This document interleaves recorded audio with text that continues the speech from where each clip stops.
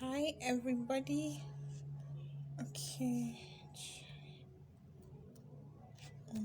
This is not good. Hello, everyone. Okay. Okay.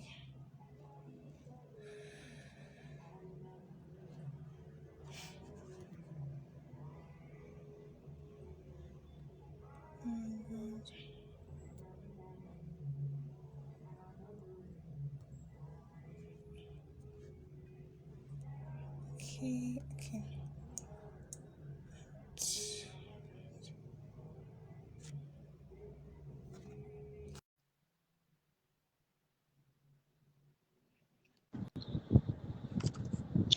Hi. Hi, Julie. Can you see me? I can't see you, but I can see me. Can you see me? There you are. Yeah, I can see you. Hi. Good afternoon, ma'am. Good afternoon from Beirut. Oh, You look so, yeah. all the way. You look so beautiful. I'm at a conference today, so I'm in the car doing being a woman karaoke. It's a new thing. Yeah, that's all fine. That's all right. But Good to have you. Good to have you. You look so amazing. You look so beautiful. I love the lipstick. It's amazing. So great. I learned it Okay, there how to look beautiful. So you girls taught me well. thank you. All right, welcome. We're having such an amazing time. And welcome everyone watching. This is Pastor Julie Beemer, and she's married to Pastor Matt Beemer for about 29 years, close to 30 years already. And they are one of the most the kingdom-driven couples I know in my life, and I really have been so inspired by them.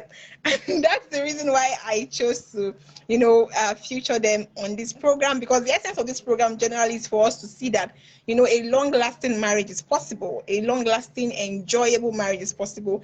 And when we hear from people like this who have such experiences, it inspires the lives of this new generation of couples to see that yes, we can make this thing possible, we can fulfill purpose and still stay together forever. They call it happy ever after ending. So that's why we have this program. So I'm so delighted to have you, Mrs. Julie. It's such a privilege to have you here with all your busy schedules. They are just sold out to God, in the mission field all over the world. They traveled all over the world, literally.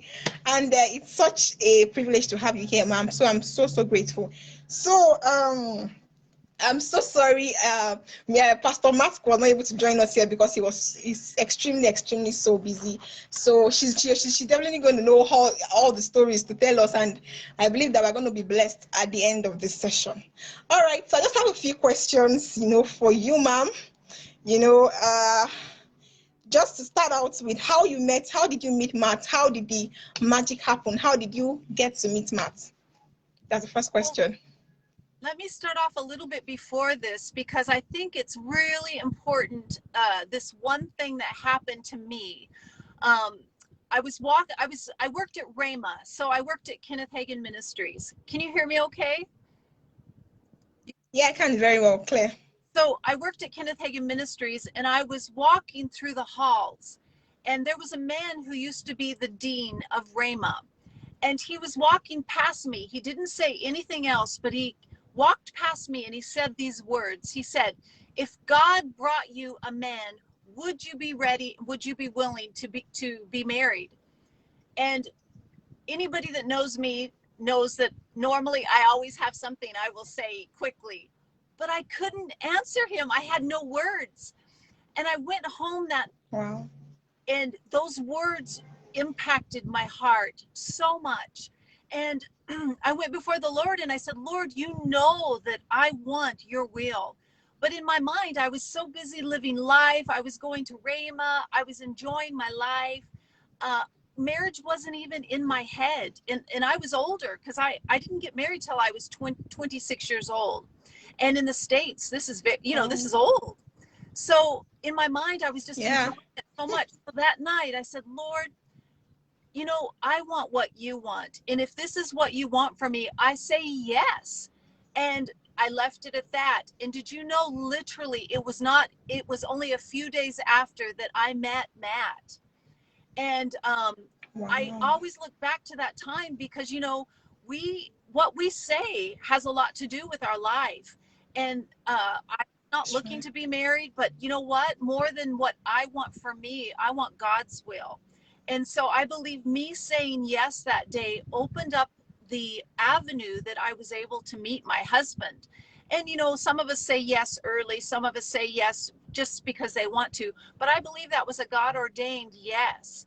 And my husband was still going to Rhema. He was in first year. I had graduated, and we met on the day of my graduation.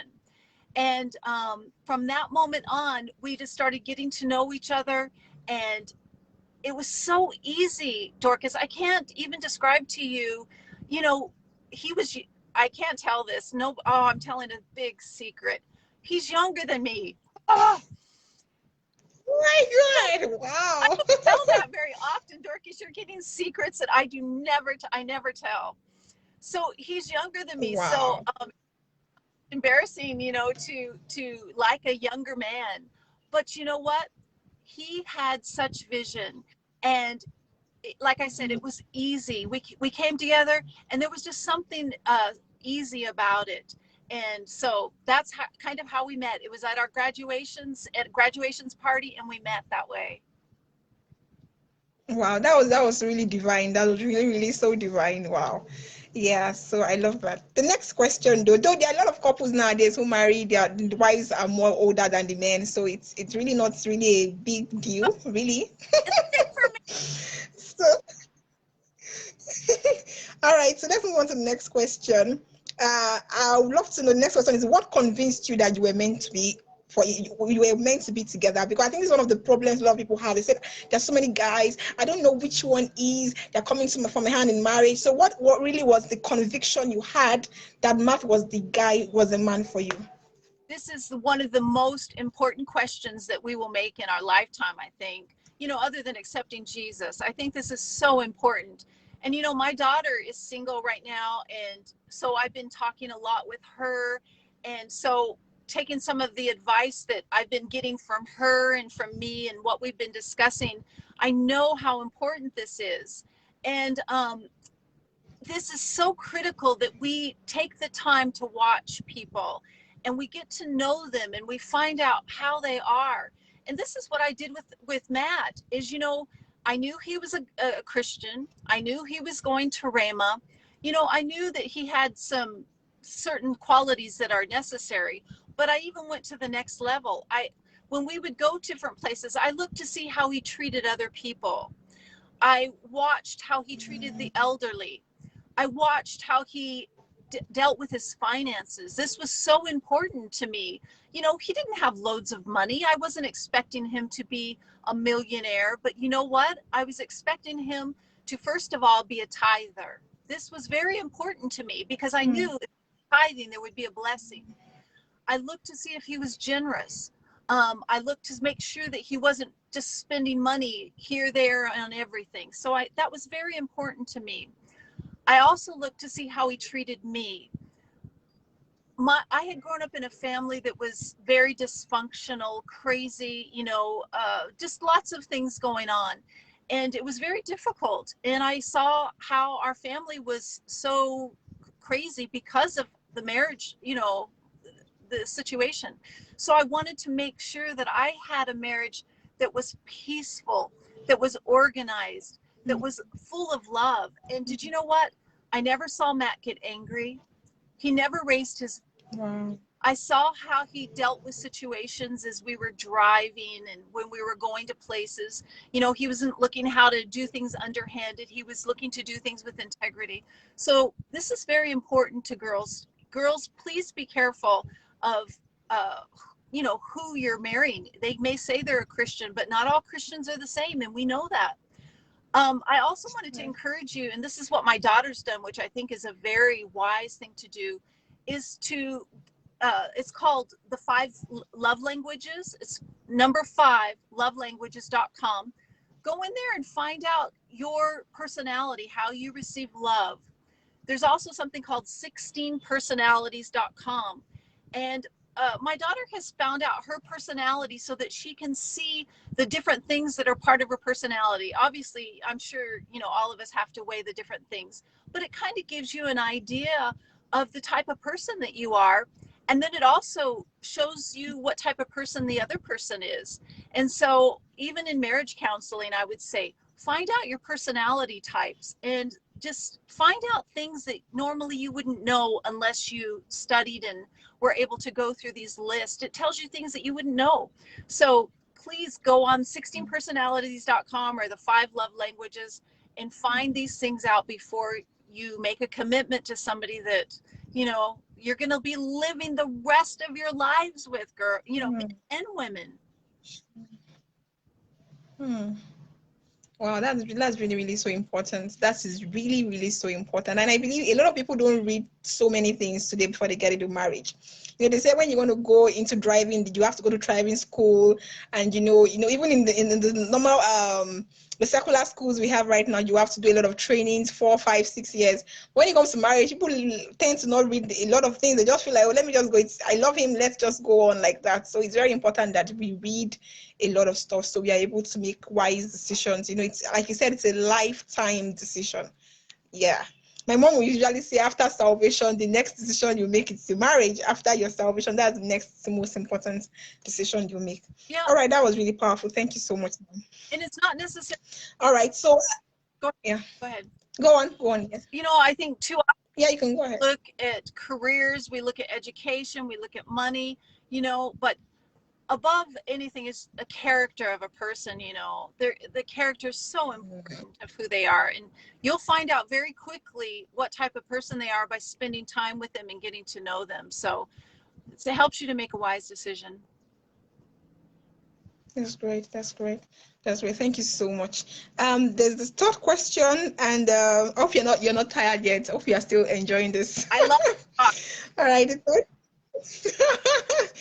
okay, the third question is what has kept your marriage going? Because nowadays a lot of things happen in marriage. They say, oh, he did this and I'm out, I'm done with him. He did that, he did this, and there are a lot of people who are not perfect, but with a little slight provocation, people are just done with marriage. And and when it's you marriages like yours that have really stood the test of time, it's not that there were not challenges, there were not things that happened that you felt like I needed to quit, but there will be a secret to the fact that you and Matt had to stay committed to each other despite all odds that were against your marriage. So I just want to know what would you say are the key steps, or would I say the key factors that has kept your marriage thriving? I see the both of you guys are still it's just as though you guys just got married last year, so it's still sweet, it's still rejuvenating, it's as though as the year goes by the love gets better. So what exactly is your secret? I would really want to know what has kept your marriage thriving till now. Our marriage is so sweet, and I thank God for our marriage, because in my lifetime growing up, I never saw a marriage that was continuing.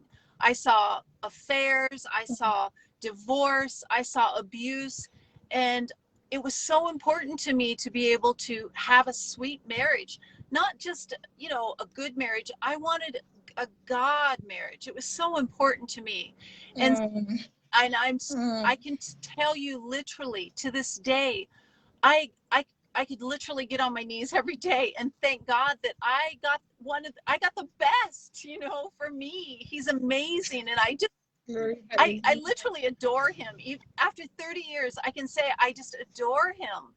And so, but, just looking back and seeing, first of all, I heard from the Lord that this is the person I'm to be with. And, I prayed and I asked the Lord, is this the right one? And I took a while to be able to, I had met other people. They had different things going on. Some of them were in the ministry. Some of them had great careers, and it would have been obvious to be with that person. But when I met Matt, he was just going to Bible school, but he came to me and he had such vision and such faith in his heart. And, I wanted to be part of somebody that had a challenge that we were going to do great things for God. And that spurred me on. I'm like, he even told me, because he wanted me to get married sooner, and I was like, oh, it's too soon, it's too soon. And I remember what did he tell me? He said, you know, you can, no. Oh, I can't remember the story, but anyways, it was like, you can come and get married with me, or I'm just going to go. So he wasn't like desperate. And I'm like, I'm going with you. I'm not missing out on this. I'm not going to miss out on you. And so just from the very beginning, we've had purpose, we've had adventure, we've endeavored to be led by God to the different things that he's asked us to do. And I think that's always kept us fresh. You know, there's always a new challenge before us that we're facing. And it's kind of been exciting. It's literally been an adventure. And I think that's what kept our marriage sweet, is there's always something new. And not only together accepting new challenges, but like my husband, he loves to study. He's studying different topics right now. In education. So he's continually learning new things. Every morning he tells me something new that he's learned, you know. I'm learning Arabic. I'm sure he's getting tired of me telling him Arabic, you know, but we're constantly learning in the different areas of our life, not just spiritually, but we're continuing to learn and grow and enjoy the seasons. There's going to be lots of seasons in your life, you know, raising babies, having children. I just went through the situation of my children leaving home. That was a big, super big issue. And we were able to face the challenge together. And so always learning, always getting new adventures. That's one of the many ways that we've been able to keep this marriage sweet. So many more I could go on, but I think another one is just him being so kind and gentle to me and loving to me, because I'm not the person to live with. I give him a challenge.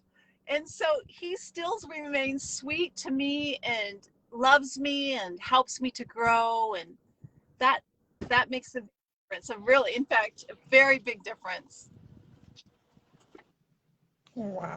Wow, that's amazing. That's really, really amazing, and I really, really celebrate the both of you, because it's, you know, it's contagible. It's contagious when there's a love. You know, but I said something about when someone walked into his home, the person could feel the love in the atmosphere. Like they literally could feel it, that wow, there's love in this home. Not like they really saw something, but it's just they could smell it. So it's very possible that people look at couples and you could smell that there is a fragrance of love and peace in the home of these people. And I'm so grateful that your home is one of those homes that actually portray that. Even if you had the social media, we could actually see that these people they're not just, you know, they're not just pretenders. They're really, really in love, and they're really, really, you know, committed to each other for life. So thank you so much for that. Can I mention something? Yeah, so people are learning. Yeah, you said what? Let me mention this. You know, we heard from Keith Moore that strife is the presence of the enemy in your home. And when I heard that, I don't want to let the enemy into my home. There's no way I'm going to let him into my home. So every time there's an opportunity to be in strife, I'd say, is this argument really worth it? Is this an argument you want to let the enemy come into this house to take away finance, to take away blessings, to take away the health of your children? Is this argument that important to you? And so I would weigh that, you know, I would weigh, is this argument something that I want to go through with? Is this where you want the enemy to be able to have a place in your home? I'm like, no way. Obviously, we were believing God for finances. We were believing God for health. My health is too important to me. My finances are too important to me to let the devil in. So, you know, I didn't just bottle up those arguments or those situations, but we'd talk them out, and we would allow each other to communicate both sides without getting into strife. We definitely have. Can you imagine having an argument with me? I'm like, crazy woman. So he had, so we would talk things out, but we wouldn't allow it to get into a place where there wasn't love, you know. And I've always seen him as my friend. not just as my husband. I Mm, care for my friend. I want to make sure that he's succeeding. I want to make sure that he's taken care of. Whenever you really see them as your friend, you know that your friends go through things, they go through seasons, they go through different challenges. And just like I would do with a friend, I would know I want to be there with my friend to make sure that he goes through it, easily. And he's done the same thing with me. He's given me that grace to be able to go through the challenges, So I really care about what happens to him, how he's doing emotionally, how he's doing spiritually, physically, mm, not just as a husband, but as mm, my friend. yeah. Wow. That's really, really so lovely. I love what you said about offense. Again, the devotion we just read right now, Bray, I think the one of last week talks about when you let offense, you open the door to the devil. So it's like when you're sleeping in your house and the door, the windows are all open. So a rat can creep in, a snake can get in, anything can get into your house. And I think that's what a lot of couples are missing. They let strife and you see the health.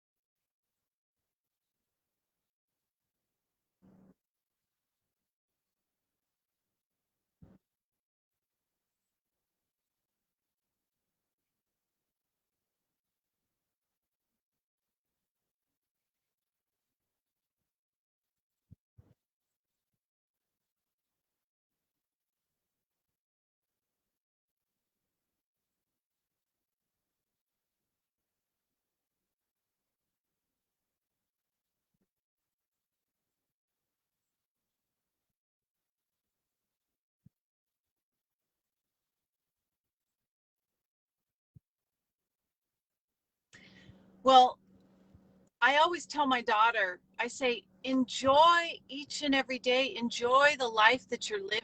You know, Sometimes you get so caught up in wanting to be married that you're missing out on the day you live.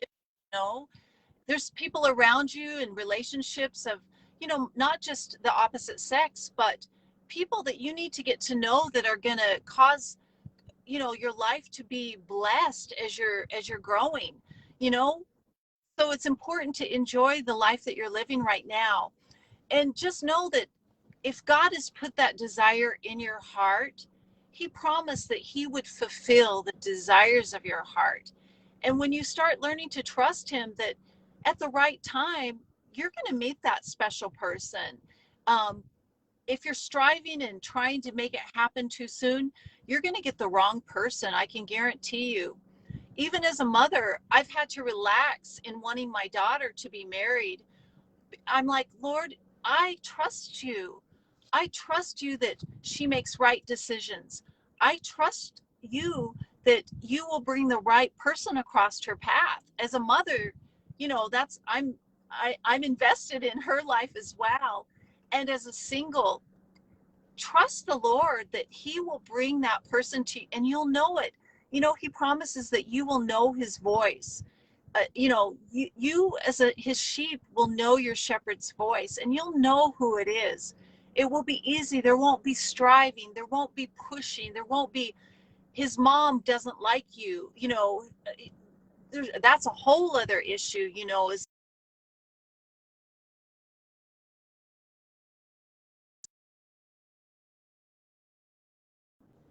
it will be easy. There will be supernatural easiness to that. So I hope you're still with me because I think you've frozen. Are you still with me? Can you hear me, Dorcas? There you are. But as a single person, enjoy the go through excellent. So go through as a single person, go through those 16personalities.com, find out about you, resource yourself with everything that you can, because once you are married, you are married. And then you start, having to think about finance. You have to think about the other person. You know, grow as much as you can in the things that God has given to you.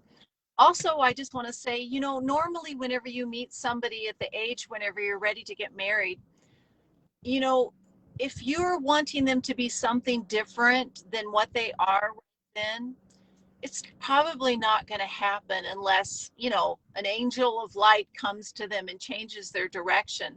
So if you're wanting to be career minded and you meet somebody that's not career minded, they're probably not going to be career minded after you get married. If normally you revert back to what's easy, what you're familiar to. So really get to know those people before you commit to marriage or engagement, even before engagement.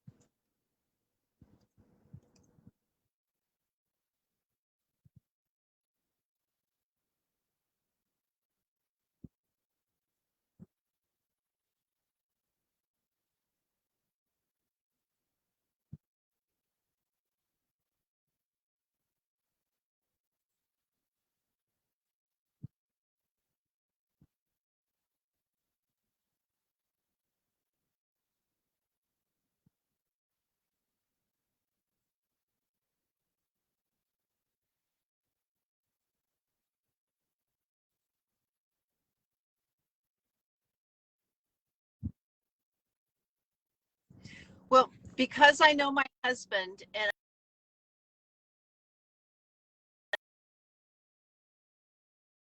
um, this is very practical because I'm very practical and this will make him the happiest, is that I've created something called a weekend in a box. And this weekend in a box makes him so happy. And I put some of his favorite things inside of a weekend in a box, like a video that we want to watch together to cuddle up on the couch and watch a movie, a special movie.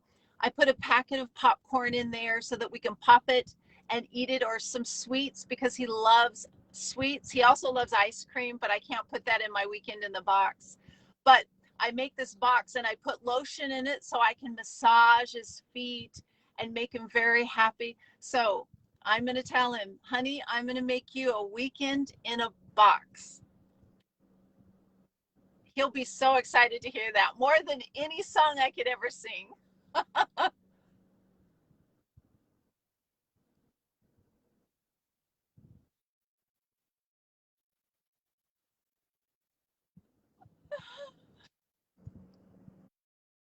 That has been a super, super blessing to you. God bless you.